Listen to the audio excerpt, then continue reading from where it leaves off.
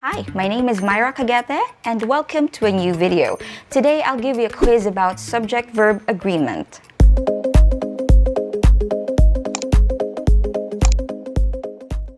Number 1. Which of these sentences is correct? Letter A, she go to the supermarket every day. Letter B, she goes to the supermarket every day. What's your answer?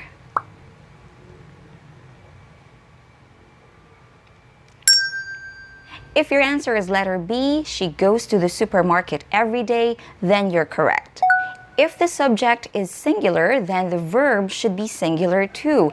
Kung titingnan nyo sa sentence na yan, ang subject natin ay she, which is a singular subject. Usually, para maging singular ang ating main verb sa ating sentence, kailangan dagdagan natin ng S o kaya ES, yung ating verb. Katulad sa ating sentence, she goes.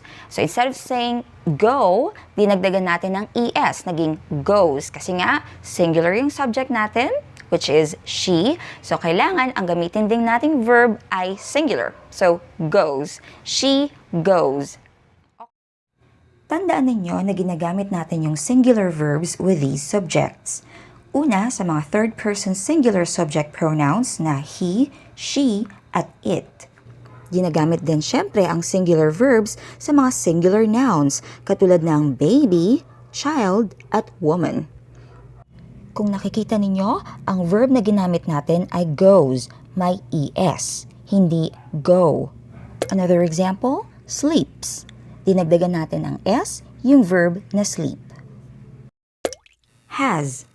Has ang singular form ng have. Tandaan ninyo na ang pinag-uusapan natin dito ay ang present form. Kapag ang subject ninyo ay he, she, it, o kaya isang singular noun, kailangan ang verb na gagamitin ninyo ay has. Is. Is ang singular form ng be or are.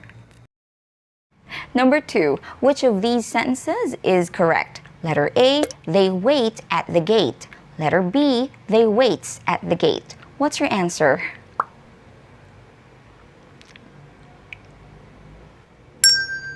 If your answer is A, they always wait at the gate, then you're correct. If the subject is plural, then the verb should be plural too. Sa sentence na ito, yung they ay isang plural subject. It's a plural subject pronoun. Third person, plural subject pronoun. Yung mga plural subject pronouns ay yung they at saka we. So kapag ang subject ninyo sa inyong sentence ay they o kaya we, kailangan plural na verb ang gagamitin ninyo. At syempre, para sa mga plural nouns, kailangan plural din ang gagamitin ninyong verbs. Kapag sinabi nating plural subject, ibig sabihin yan higit sa isa. So it's more than one. Ngayon, sa first person subject pronoun na I at saka sa second person subject pronoun na you, kailangan plural verb din ang gagamitin natin. So yan yung exception or yan yung grammar rule. Kahit na kung iisipin natin, iisang tao lang yung pinag-uusapan natin when we say I o kaya you, di ba? Pero yan nga yung grammar rule na kailangan nating sundan. So, we wait, they wait, I wait, you wait. Kailangan walang S, yung verb na gagamitin natin. The students wait. So, yung students ay isang plural subject. It's a noun na plural. Kaya kailangan ang gagamitin din nating verb ay plural. We have, they have, the students have, I have, you have. So, sa mga ganyang subjects, have ang gagamitin natin kasi yung have ay ginagamit sa plural subjects.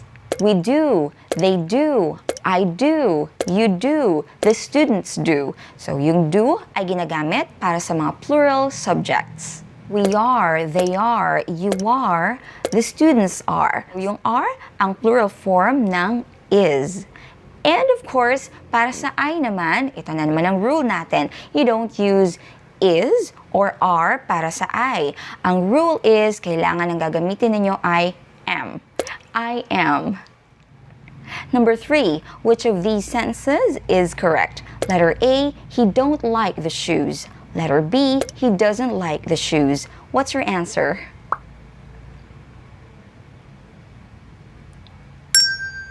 If your answer is letter B, he doesn't like the shoes, then you're correct. Of course, katulad ng sinabi ko sa inyo kanina, kapag ang subject ninyo ay singular, katulad ng he, kailangan ang verb na gagamitin ninyo ay singular din. At para maging singular ang inyong verb, it's either dadagdagan ninyo ng S o kaya ES.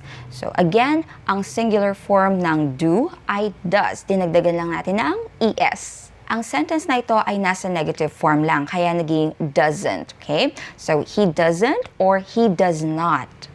He doesn't like the shoes or he does not like the shoes. May ES, yung do. Number 4, which of these sentences is correct? Letter A, each of the participants is waiting in the room. Letter B, each of the participants are waiting in the room. What's your answer?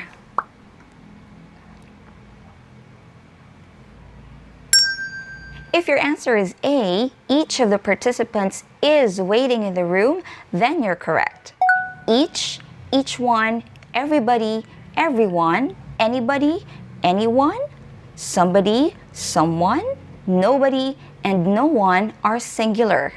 And they require a singular verb. So kapag ang subjects ninyo ay isa sa mga yan, kailangan singular verb ang gagamitin natin.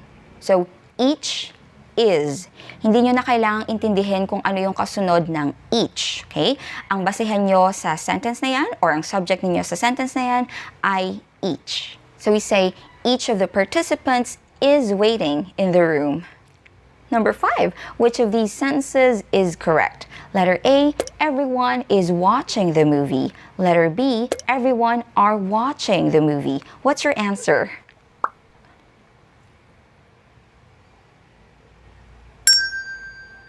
If your answer is A, everyone is watching the movie, then you're correct.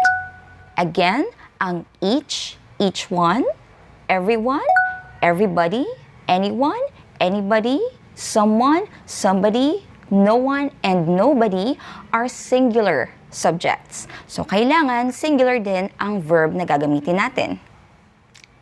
Number 6, which of these sentences is correct? Letter A, the winner, together with his supporters, is celebrating.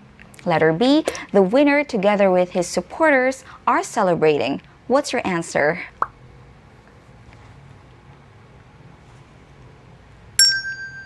If your answer is letter A, the winner, together with his supporters, is celebrating, then you're correct. When a phrase comes between the subject and the verb, phrases like together with, as well as, along with, then the verb still agrees with the subject, not the phrase that follows the subject. So sa sentence na yan, ang subject natin ay the winner, which is singular. Palaging yung subject lang ang titingnan ninyo sa inyong sentence kasi yan lang yung magiging basihan ng inyong verb. Yung phrase na together with, for example, ay isang halimbawa ng intervening phrase. Yung intervening phrases ay ginagamit lamang to give additional information about the subject. Pero hindi nyo kailangang pagbasihan yan ng inyong verb. So let's try to remove the phrase together with his supporters. Ang matitira lang sa sentence na yan ay the winner is celebrating. So parang panggulo lang yung phrase na together with his supporters, okay? Again, ang magiging basihan ng inyong verb ay ang inyong subject. So it should be the winner together with his supporters is celebrating. Number 7, which of these sentences is correct? Letter A, the president or the vice president approve the proposal. Letter B, the president or the vice president approves the proposal. What's your answer?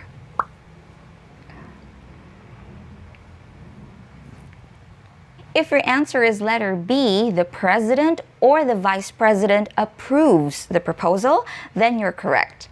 When two or more singular pronouns or nouns are connected by or nor, then your verb should be singular. Kapag meron tayong dalawa o higit pang singular subject sa ating sentence na kinokonekta ng or o kaya nor. So katulad sa sentence natin na president, isang tao, at saka vice president, isang tao, na kinokonekta ng or. Kailangan ng verb natin ay singular. So again, yung approves ay singular kasi dinagdagan natin ng S. Yung approve, the president or the vice president approves the proposal. Number 8, which of these sentences is correct? Letter A, the doctor or the nurses stay with the patient. Letter B, the doctor or the nurses stays with the patient. What's your answer?